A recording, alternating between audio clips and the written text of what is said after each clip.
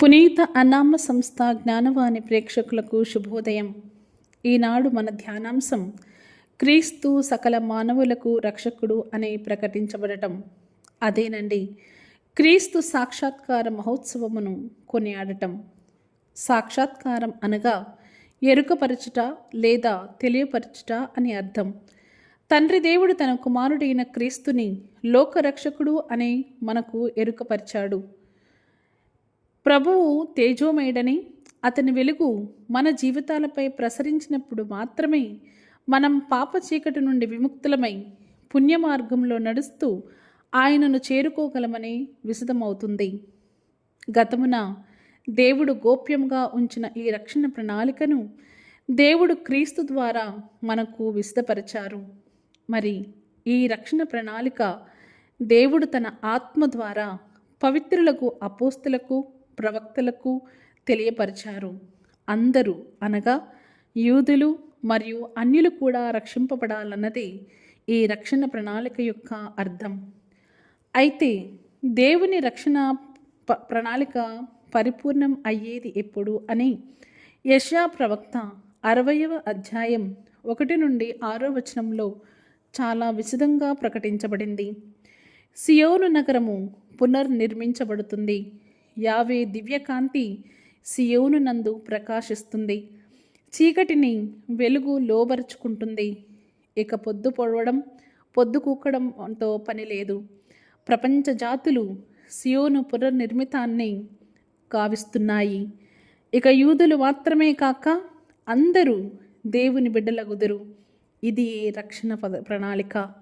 ఇది గుప్తముగా ఉంచబడింది. అయితే ఎఫెసు ప్రజలకు పౌలు ఈ రహస్యాన్ని తెలియపరిచాడు. యూదులతో పాటు అన్యులు సహితం దేవుని దీవెనలలో పాలు పంచుకుంటారు అని, వారు కూడా దేవుని వాగ్దానంలో భాగస్థులు అని తెలియపరిచారు.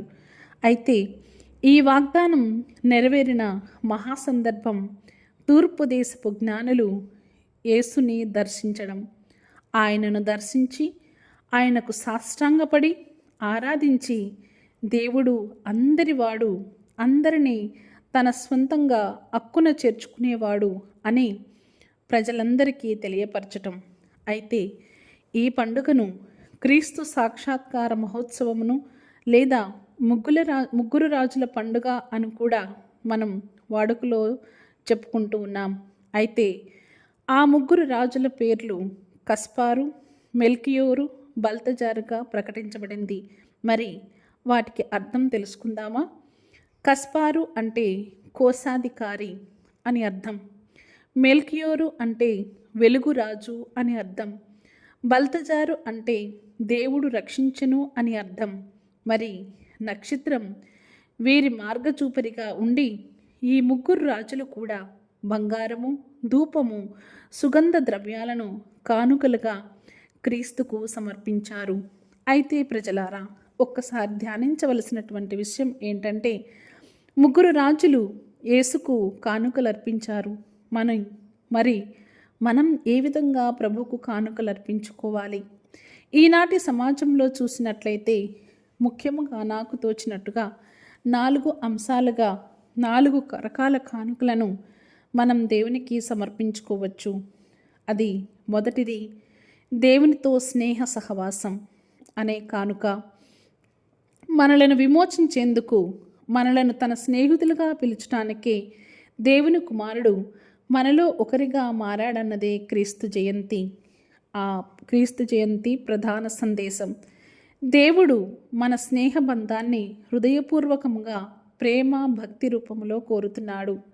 ఇక రెండవ కానుక ఇతరులతో స్నేహ సహవాసం. ఇది ఒకంత భారమైంది.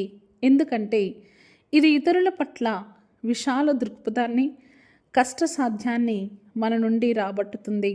దీనికి మన వైపు నుండి సమయం, త్యాగం, ఓర్పు, శ్రమ అవసరం. ఇక మూడవ కానుక సఖ్యత. ఈ కానుక చెదరిపోయిన సంబంధ బాంధవ్యాలను సరిచేస్తుంది.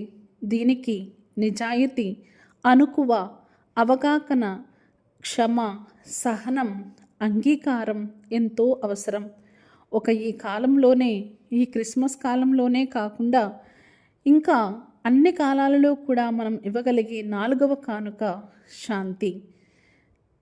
సమాధానం ప్రార్థన ద్వారా, దివ్య సంస్కారమైనటువంటి జీవితం ద్వారా, దేవుని వాక్కుపై అనుదినం ధ్యానం ద్వారా మన జీవితాలలోనికి శాంతి సమాధానాలను ఆహ్వానించి దానిని ఇతరులకు పంచటమే శాంతి.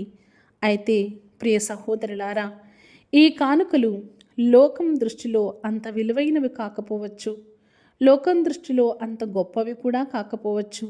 కానీ కథోలికుడిగా పిలువబడిన, అంటే క్రైస్తవుడుగా పిలువబడిన మనకు మాత్రం ఇది గొప్ప విశ్వాసం. ఎందుకంటే పౌలు గారు ప్రకటిస్తున్నారు, కథోలికుడు లేదా క్రైస్తవుడు అనగా ఒకడు కాదు, స్వతంత్రికుడు, అందరికీ సంబంధించినవాడు, ఏ కొద్దిమంది సొత్తు కాదు, చుట్టూ గిరులు గీసుకొని చట్టపరమైన వాడుక చేసుకునేవాడు కాదు. విశాలమైన హృదయంతో భేదభావం లేకుండా అందరితో కలిసి అందరూ నా వారే, అందరూ కూడా అందరికీ నేను ఉన్నవాడని అని చెప్పుకునేవారు. మొదటివారు కడపటివారు అన్న భేషజాలు లేకుండా అందరినీ కలుసుకోకపోవడం, అందరినీ కలుపుకోవడం అనేది క్రీస్తులో ఏకత్వాన్ని తెలియచేస్తుంది. యేసు రాకతో అందరూ ఏ భావభేదం లేకుండా ఎలా స్వతంత్రులయ్యారో మనందరం కూడా విశాల మనస్తత్వంతో క్రీస్తు ప్రభు జయంతిని సందర్శించుకున్నట్లే, క్రీస్తు ప్రభు జయంతిని మనము కొనియాడినట్లే క్రీస్తు సాక్షాత్కారాన్ని కూడా కొనియాడాలి. అలా కొనియాడాలి అంటే మనం ఈ 4 కానుకలను ప్రభువుకి ప్రేమతో అర్పించాలి.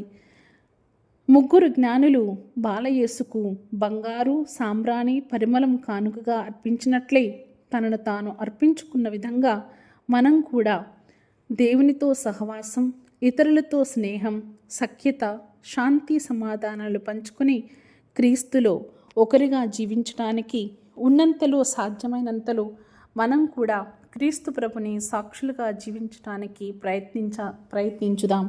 మరి ఆ విధంగా చేయటానికి నువ్వు నేను సిద్ధమై ఉన్నామా? ఆలోచించుకుందాం, ధ్యానించుదాం. పితా, పుత్ర, పవిత్రాత్మ నామమున ఆమెన్.